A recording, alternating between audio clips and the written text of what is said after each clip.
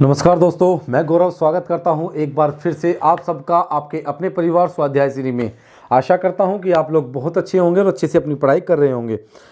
तो दोस्तों, हमारा जो टॉपिक चला हुआ है वर्णमाला, आज लास्ट हो जाएगा और आज ही हम शायद शुरू कर देंगे क्या, संधि। वर्णमाला, ऐसा नहीं है कि मैं संधि के अलावा कुछ और शुरू नहीं कर सकता, पहले शुरू किया जा सकता है, लेकिन संधि शुरू करने का सबसे बड़ा कारण है क्योंकि हमने वर्णमाला में अब तक जो भी पढ़ा है, हमने वर्णमाला में अब तक जो भी पढ़ा है वो आप लोगों के लिए आवश्यक है। कैसा है? वो आप लोगों के लिए आवश्यक है। हमने पढ़ा है कै, खे, गे, घे, ये सब कुछ जितने भी हमने ये वर्ग पढ़े हैं, किसका कैसे उच्चारण होता है, इन सब का प्रयोग संधि में होगा। किसमें? संधि में इन सब का प्रयोग किया जाएगा। इसलिए आवश्यक है कि मैं आप लोगों को संधि पढ़ाऊं। ठीक है, तो आइए हम शुरू करते हैं। वर्णमाला हमारा लास्ट चला हुआ है और वर्णमाला को इससे आगे देखते हुए हम शुरू करते हैं। ठीक है, चलिए। वर्णमाला में हमारा जो चला हुआ था स्वर तंत्रियों की कंपन के आधार पर, जो हमारा पहले से ही ओपन है, हम उसे ही ओपन करते हैं ताकि पीछे कुछ भी दिखाना हो आराम से मैं आप लोगों को दिखा सकूं। आई होप कि यही होगा। ठीक है,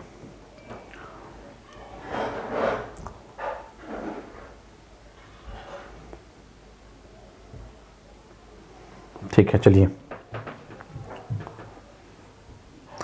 हमारा जो टॉपिक है स्वर तंत्रियों में कंपन के आधार पर। क्या? स्वर तंत्रियों में कंपन के आधार पर। स्वर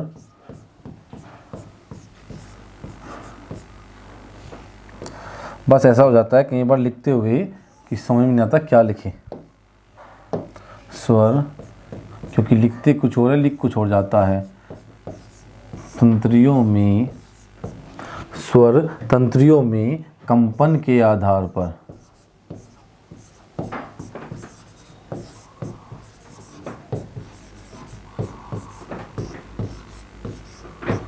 स्वर तंत्रियों में कंपन के आधार पर हम देखते हैं स्वर तंत्रियों में कंपन के आधार पर व्यंजन कितने प्रकार के होते हैं? दो प्रकार के होते हैं। नंबर 1 सघोष और नंबर 2 अघोष। सघोष और अघोष।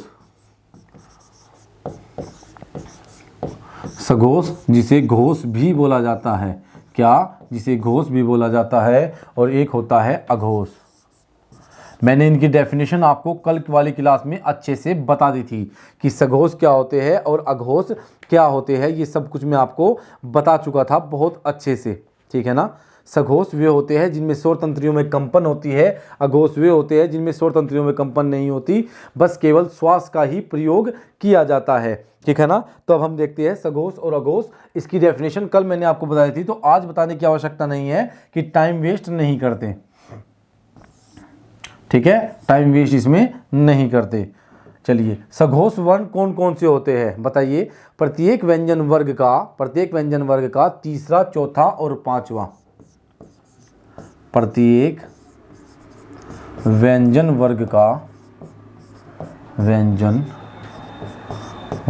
का तीसरा, चौथा और पांचवा। तीसरा, चौथा और पांचवा वर्ण क्या होते हैं? आपके क्या होते हैं? सघोष होते हैं। क्या होते हैं? सघोष होते हैं। प्रत्येक व्यंजन वर्ग का तीसरा, चौथा और पांचवा सघोष होते हैं। ठीक है, सभी स्वर सघोष होते हैं। क्या? सभी स्वर सघोष होते हैं। सभी स्वर सघोष होते हैं। ठीक है ना? प्लस इसमें अंतस्थ व्यंजन को आप जानते हो, ये रे ले वे अंतस्थ व्यंजन।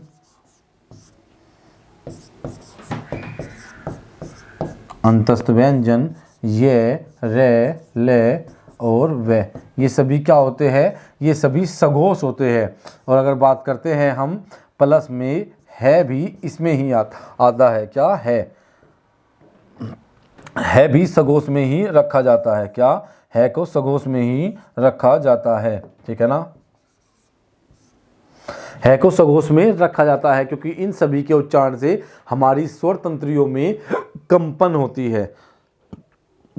स्वर तंत्रियों में कंपन होती है। ठीक है ना? तो ये आपका क्लियर हो गया है। अब बताता हूं प्रत्येक व्यंजन वर्ग का तीसरा, चौथा और पांचवा।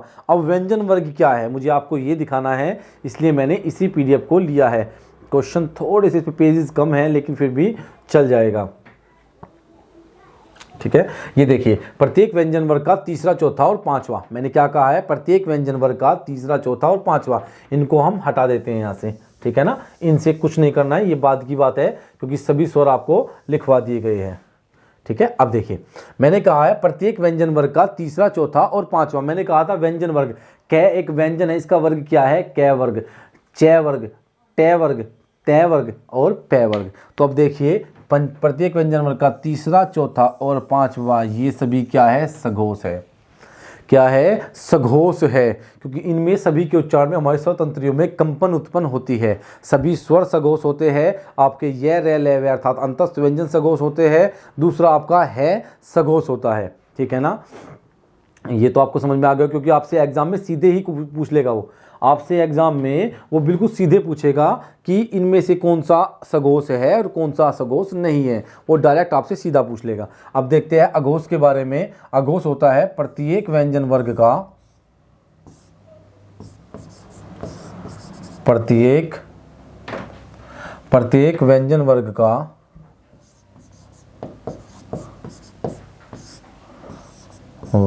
का पहला और दूसरा क्या होते हैं, प्रत्येक व्यंजन वर्ग का पहला, दूसरा और उष्ण व्यंजन क्या होते हैं, उष्म व्यंजन।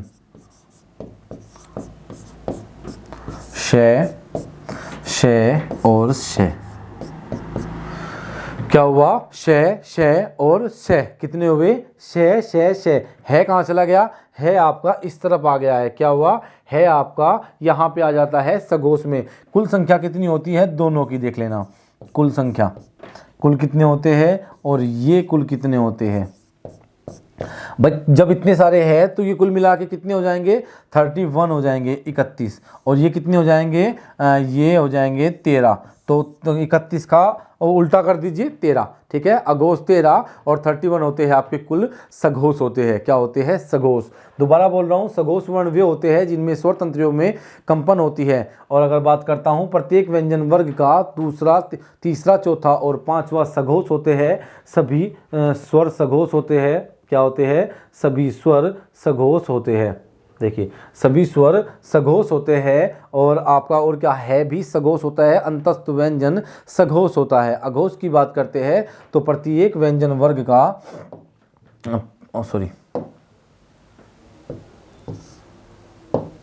प्रत्येक व्यंजन वर्ग का दूसरा, तीसरा और चौथा, प्रत्येक व्यंजन वर्ग का पहला, दूसरा क्या होते हैं आपके, अघोष होते हैं। प्रत्येक व्यंजन वर्ग का पहला और दूसरा अघोष होते हैं आपके। शय प्लस शय और आपका शय क्या होते हैं, ये भी अघोष ही होते हैं। ठीक है ना, तो कुल अघोष कितने हुए, 13 और सघोष कितने हुए, 31। कितने हुए, 31 कुल अघोष हो जाते हैं। ये रहा आपके सामने। अगर किसी ने नोट नहीं किया है तो वो अच्छे से नोट कर लीजिएगा क्योंकि नोट करना आपके लिए आवश्यक है। जब आपका एग्जाम होगा आपके नोट्स आपके क्विक रिवीजन में काम आएंगे। अब मैं तो लिखवा रहा हूँ जैसे भी मुझे लग रहा है, क्योंकि आप लोगों के लिए लिखवाना मेरे लिए ज़्यादा से ज़्यादा आवश्यक होता है, क्योंकि अगर मैं आप लोगों को नहीं लिखवाऊँगा तो उसमें दिक्कत हो जाएगी, है ना। अगर मैं आप लोगों को नहीं लिखवाऊँगा तो प्रॉब्लम ये है,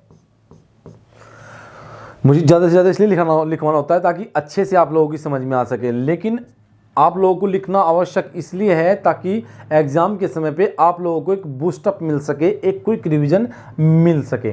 ठीक है, तो कितना हो गया, ये हो गया आपका सघोष और अघोष।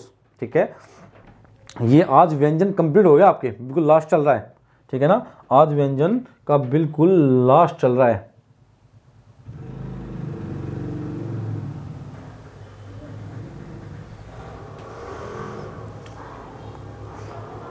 ठीक है, व्यंजन का आज बिल्कुल लास्ट है और कुछ पॉइंट बचे हुए हैं, वे पॉइंट लिख लेते हैं। ठीक है ना, इससे ज़्यादा और कुछ नहीं है, पॉइंट एंड पॉइंट को कर लेते हैं।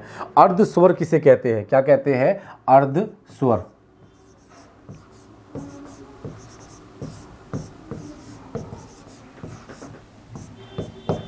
अर्ध स्वर इनमें से किसे कहा जाता है, अर्ध स्वर कहा जाता है ये और वे को, ये और वे को अर्ध स्वर कहा जाता है। अगर बात करते हैं लुंठित,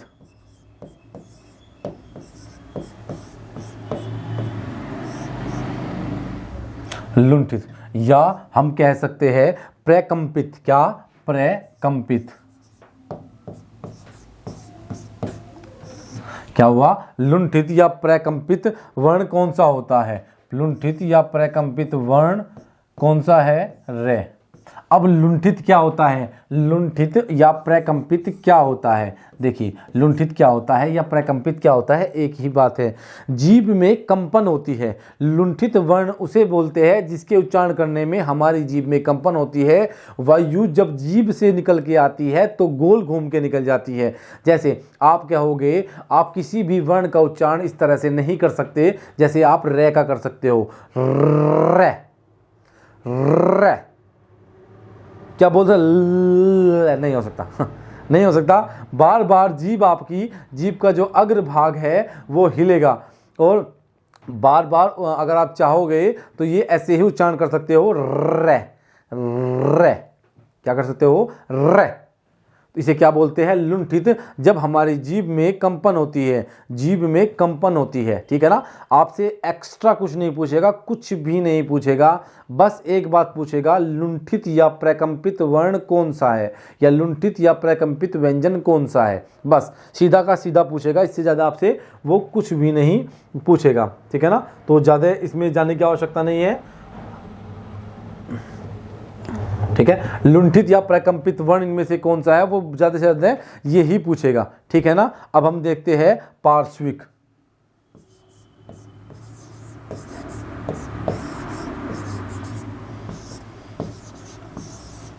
ठीक है ना। पार्श्विक व्यंजन कौन सा है? पार्श्विक व्यंजन किसे कहा जाता है? इनमें से पार्श्विक व्यंजन कौन सा है? पूरा क्वेश्चन बना दिया मैंने। पार्श्विक व्यंजन होता है ले। ले को पार्श्विक व्यंजन भी कहते हैं। अब ये रे ले वे को क्या कहते हैं? ये रे ले वे को अंतस्थ भी कहते हैं। उसमें से आपका ये और वे को अर्ध स्वर भी कहते हैं। ये और शे को आपका तालु से उच्चारित होते हैं। लेकिन अगर बात करूं मैं ले की, तो ले को अलग से पार्श्विक व्यंजन भी कहते हैं। पार्श्विक का मतलब क्या होता है? वायु जीभ की दोनों साइड से बाहर निकलती है, उसे क्या बोलते हैं? उसे बोलते हैं पार्श्विक व्यंजन। जीभ की बगल से छूकर बाहर निकलती है, ले, ले। जब वायु से, जब ले को उच्चारण करते हैं तो वायु हमारी जीभ के दोनों साइड से ऐसे बाहर आती है, दोनों तरफ से बाहर आती है, ले, ले। तो इसे क्या बोलते हैं? इसे बोलते हैं आपका पार्श्विक व्यंजन। क्या बोलते हैं? पार्श्विक व्यंजन इसे बोलते हैं। अगर बात करूं काकल्य, क्या? काकल्य। काकल्य बोल सकते हैं, या बोल सकते हैं आपका स्वर तंत्रीय व्यंजन। काकल्य व्यंजन,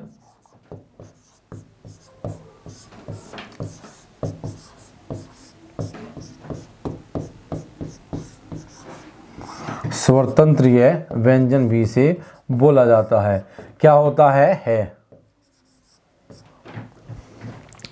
क्योंकि जब उसको आपको घुमाना होता है तो वो आपसे ऐसे ही अंदर से घुस के पूछेगा। तो क्या बोलते हैं इसे? काकल्य, या काकल्य व्यंजन या स्वर तंत्रीय व्यंजन भी इसको बोला जाता है को। किसे बोला जाता है को बोला जाता है। अगर बात करूं तालु से बोले जाने वाले, दोबारा से लिखवा रहा हूं, तालु व्यंजन।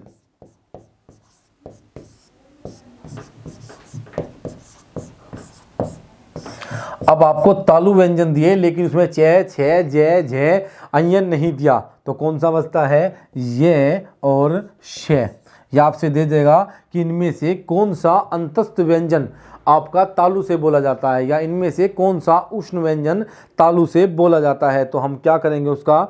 हम करेंगे उसमें यश। ये और शे, यश। क्या करेंगे? यश करेंगे। अब लिखते हैं नंबर 6 पर द्विगुण। द्विगुण,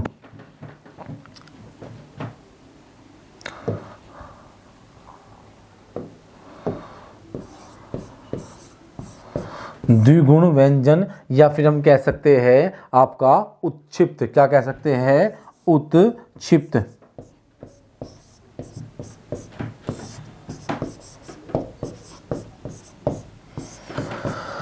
द्विगुण व्यंजन या फिर उत्क्षिप्त व्यंजन किसे कहा जाता है? डे और ढे को। डे और ढे को। और इनका उच्चारण स्थान क्या है? क्या है, मूर्धन्य है। कौन सा है, मूर्धन्य है। डे और ढे का मूल, वो डे और ढे का कैसा स्थान है, डे और ढे का उच्चारण स्थान है। द्विगुण व्यंजन या उत्क्षिप्त व्यंजन इन्हें कहा जाता है। क्या कहा जाता है, द्विगुण व्यंजन या उत्क्षिप्त व्यंजन इन्हें कहा जाता है। मैंने कहा था आज का ये लास्ट हो जाएगा, क्योंकि कुछ वन लाइनर क्वेश्चन बचे हुए हैं बस, इससे ज़्यादा कुछ भी नहीं बचा हुआ है इसमें।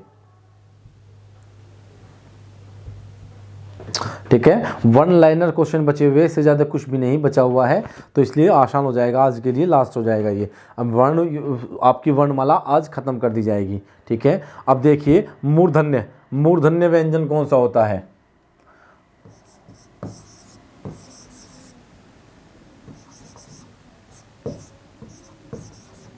मूर्धन्य व्यंजन श, ये की पॉइंट है, ये जो मैं लिखवा रहा हूं ये की पॉइंट है जो आपके काम आएंगे, क्योंकि मूर्धन्य वो टेट है डेड है ना देकर, टेट है डेड है ना देकर वो आपसे पूछ लेगा अलग से। उसने ऑप्शन में छः दे दिया तो क्या होगा, तो मैं अलग से भी की पॉइंट लिखवा रहा हूं, और मूर्धन्य में ही डे और ढे द्विगुण या उत्क्षिप्त आ जाएंगे। ठीक है ना। अगला क्वेश्चन लिखिए, अयोग वाह, इसमें बहुत दिक्कत होती है सबको कि कहाँ गए। अयोग वाह क्या होगा, अयोग वाह, अयोग वाह स्वर कौन से हैं, या हम कह सकते हैं अयोग वाह वर्ण। यहाँ पे वर्ण लिख लीजिए, थोड़ा ज़्यादा अच्छा होगा। वर्ण, वर्ण कौन से हैं, अंग और ए, अंग और ए।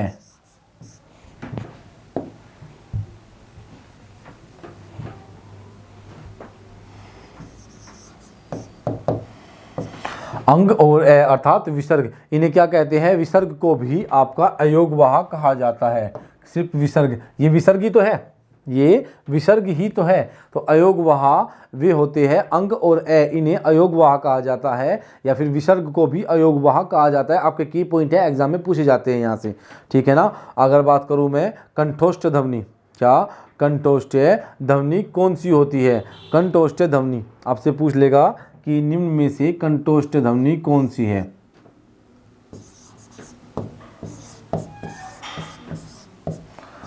क्या हुआ, निम्न में से कंठोष्ठ ध्वनि कौन सी है, सॉरी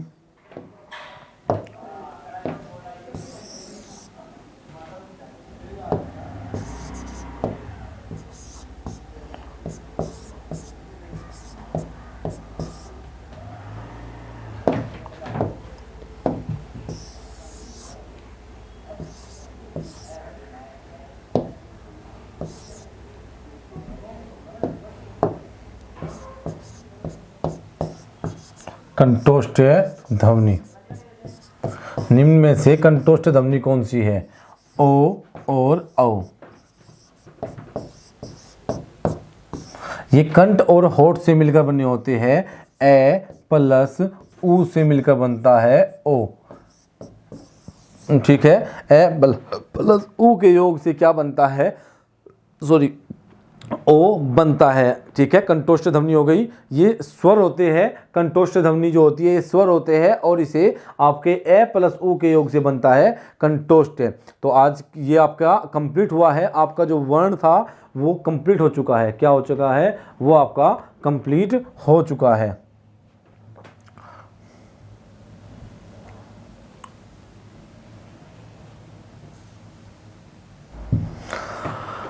ठीक है, आपका वर्ण जो है वो कंप्लीट हो चुका है, वर्णमाला, आपकी वर्णमाला आज कंप्लीट हो चुकी है। एक क्वेश्चन मैं आप लोगों से पूछना चाहूंगा, हिंदी में जिन वर्णों का उच्चारण करते समय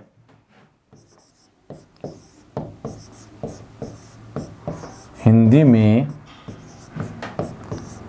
जिन वर्णों का उच्चारण करते समय वर्णों का उच्चारण करते समय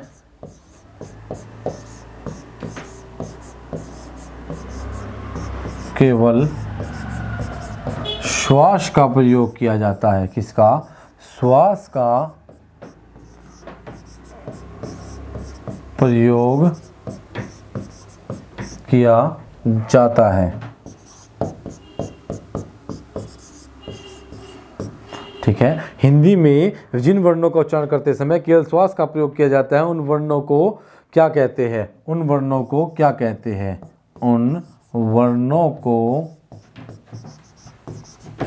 क्या कहते हैं? बताइए। उन वर्णों को याद रखिएगा, मैंने आपसे पूछा है हिंदी में जिन वर्णों का उच्चारण करते समय केवल, ये देखिए, केवल श्वास का प्रयोग किया जाता है, उन वर्णों को क्या कहते हैं? क्या कहते हैं उन वर्णों को? उन वर्णों को क्या कहते हैं? केवल श्वास का। अभी बताया थोड़ी देर पहले, मैंने कहा था वे स्वर, वे वर्ण जिनका उच्चारण करते समय हमारे स्वर तंत्रियों में कंपन होती है, सघोष, और जिन वर्णों को उच्चारण करते समय हमारे स्वर तंत्रियों में कंपन नहीं होती, हम केवल श्वास का प्रयोग करते हैं, उन्हें क्या कहते हैं? अघोष कहते हैं। अघोष। यूपी पुलिस कांस्टेबल का क्वेश्चन है ये। यूपी पुलिस कांस्टेबल में ये क्वेश्चन आया था कि हिंदी में जिन वर्णों का उच्चारण करते समय केवल श्वास का प्रयोग करते हैं, उन वर्णों को क्या कहते हैं? क्या कहते हैं उन वर्णों को? उन वर्णों को कहते हैं अघोष। क्या कहते हैं? उन वर्णों को अघोष कहा जाता है। क्या कहा जाता है? उन वर्णों को अघोष कहा जाता है। ठीक है ना? तो ये आपका जो ये था वर्णमाला, ये कंप्लीट होती है। ये सारे के सारे आपके नोट्स है, शायद आपको वहाँ पे दिखाई दे रहे होंगे। ये मैंने कुछ यहाँ पे पढ़ा है, कुछ एक पेज और है आपके, एक पीडीएफ और है, ये सब आपकी पीडीएफ है। अगर आप चाहोगे तो इस पीडीएफ को मैं आपको टेलीग्राम पे जो का त्यों दे सकता हूँ। ठीक है, आपको जो का त्यों हैंड राइट में लिखा हुआ, हैंड रिटन से लिखा हुआ, ऐसे ही जैसे मैंने लिखा है, जिसको चाहिए मैं उसको ऐसा का ऐसे ही दे सकता हूं। ठीक है, लेकिन उसके लिए आप लोगों को सपोर्ट करना होगा, लाइक करना होगा, शेयर करना होगा। और अभी टेलीग्राम पे ग्रुप नहीं बना, जल्दी ही हम टेलीग्राम पे ग्रुप बनाते हैं और वहाँ पे लिंक डाल देंगे वहाँ पे। और फिर आप चाहो तो आप लोग हैंड रिटन ऐसे के ऐसे ही, जो आपको बोर्ड पे समझाया जाता है, बोर्ड पे पढ़ाया जाता है, वो आपको बिल्कुल ऐसा कैसा ही कहाँ पे मिल जाएगा? वो आपको मिल सकता है आपके टेलीग्राम ग्रुप पर। कहाँ पे मिल सकता है? आपके टेलीग्राम ग्रुप पे मिल सकता है, लेकिन उसके लिए हमें कुछ दिन का समय दीजिए। आप लोग सपोर्ट करिए, आपकी सपोर्ट से ही हम सब कुछ कर पाएंगे। मैंने ये सब कुछ लिख के आपको पढ़ाया है, इससे 10 पेज लगभग मेरे इसमें हो चुके हैं, और 10 के बाद ही लगभग मैंने दूसरे उसमें भी किए थे। ठीक है ना?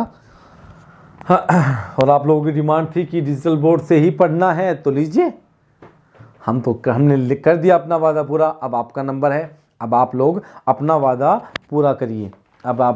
वादा पूरा करिए। आपके वादे की आवश्यकता है। आपने जो वादा किया है उसे पूरा करिए, उसे निभाइए, सपोर्ट करिए, ज़्यादा से ज़्यादा लोगों तक पहुंचाइए, अपने परिवार से ज़्यादा लोगों को जोड़िए, क्योंकि आपका ही तो परिवार है। ठीक है, और यहाँ पे मेहनत हो रही है, मेहनत करके आपको पढ़ाया जा रहा है। तो आज हमारा वर्णमाला जो टॉपिक है, लास्ट का पेज बचा है, इसको भी मैं ऐसे ही करूँगा। क्या करूँगा? वर्णमाला। हाँ, अरे क्या हुआ ये? वर्णमाला।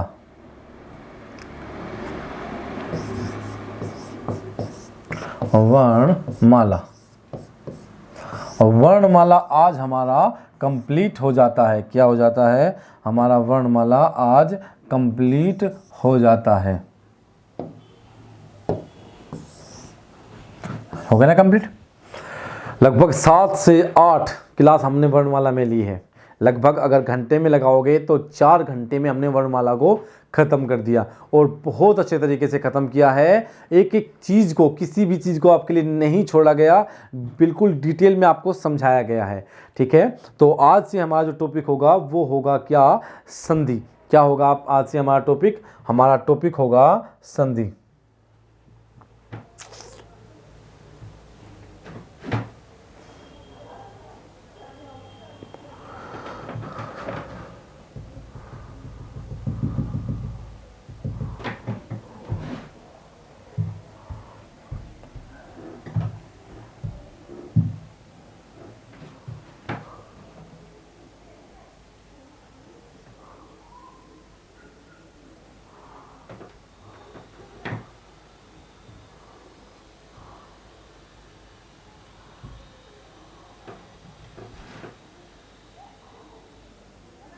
ये सेव शायद नहीं हुई है, और मुझे लगता नहीं कि ये सेव हुई होगी, नहीं हुई है। इसको सेव करना था मुझे, यहाँ से नाम चेंज कर दो अगर मैं इसका, तो ये हो जाएगा आपका क्या, वर्णमाला।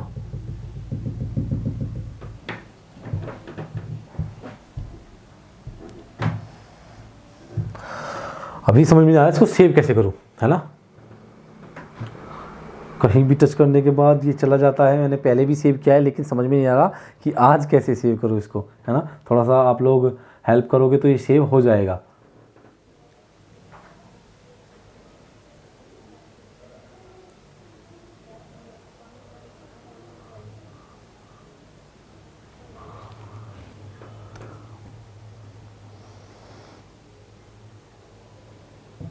अपनी समझ से बाहर हो रखा है कि इसको ओके का बटन कहाँ है, कैसे है, कुछ भी समझ में नहीं आ रहा है। चलिए जैसे भी होगा, अब इसको सेव होगा तो हो जाएगा, नहीं होगा तो इसकी मर्ज़ी है। मैं ऐसे ही इसको सेव कर देता हूँ, ठीक है। कंफर्म हो गया। ये इसी नाम से सेव हो गया क्योंकि मुझे नहीं लग रहा था कि मैं वर्णमाला के नाम से इसे सेव कर पाऊँगा, तो यहीं पे हो गया ये, ठीक है। तो चलिए शुरू करते हैं।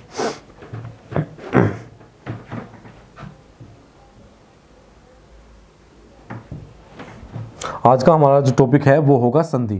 क्या होगा हमारा टॉपिक, होगा संधि। आज हम देखेंगे संधि के टॉपिक को, ठीक है ना। अब हम शुरू करते हैं संधि के बारे में। संधि क्या होती है, संधि का यूज कैसे किया जाता है, और कैसे संधि को हमें अच्छे से पढ़ना चाहिए, और वर्णमाला के बाद ही संधि को क्यों पढ़ते हैं हम, है ना, कि वर्णमाला के बाद ही हम संधि को क्यों पढ़ते हैं। ये भी तो आवश्यक है ना कि वर्णमाला के बाद ही हम संधि को पढ़ते हैं, ऐसा क्यों, ठीक है। तो ये देखिए, चलिए पढ़ाई करते हैं। अब संधि पे आते हैं। हमारा जो टॉपिक होगा आज का वो होगा आपका संधि।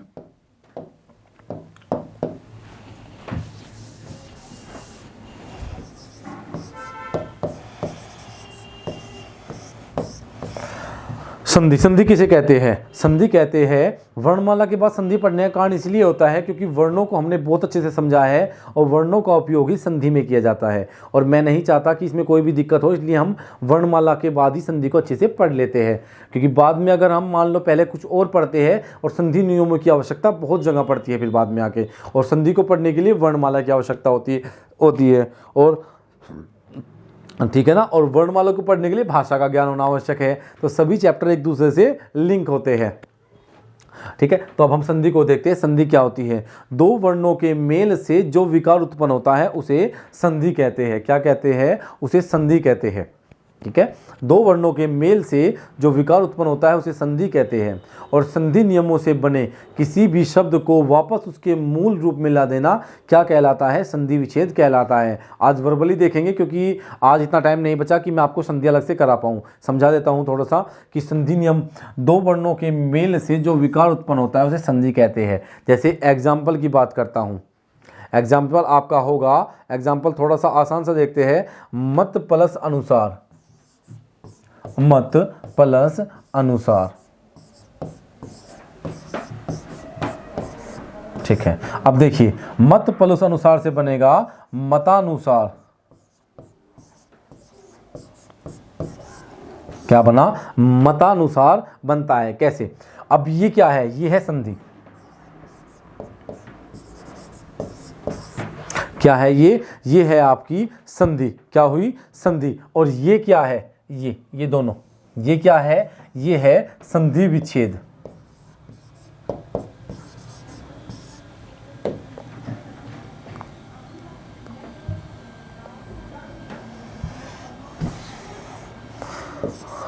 यहां पे क्या है, ये है संधि विच्छेद,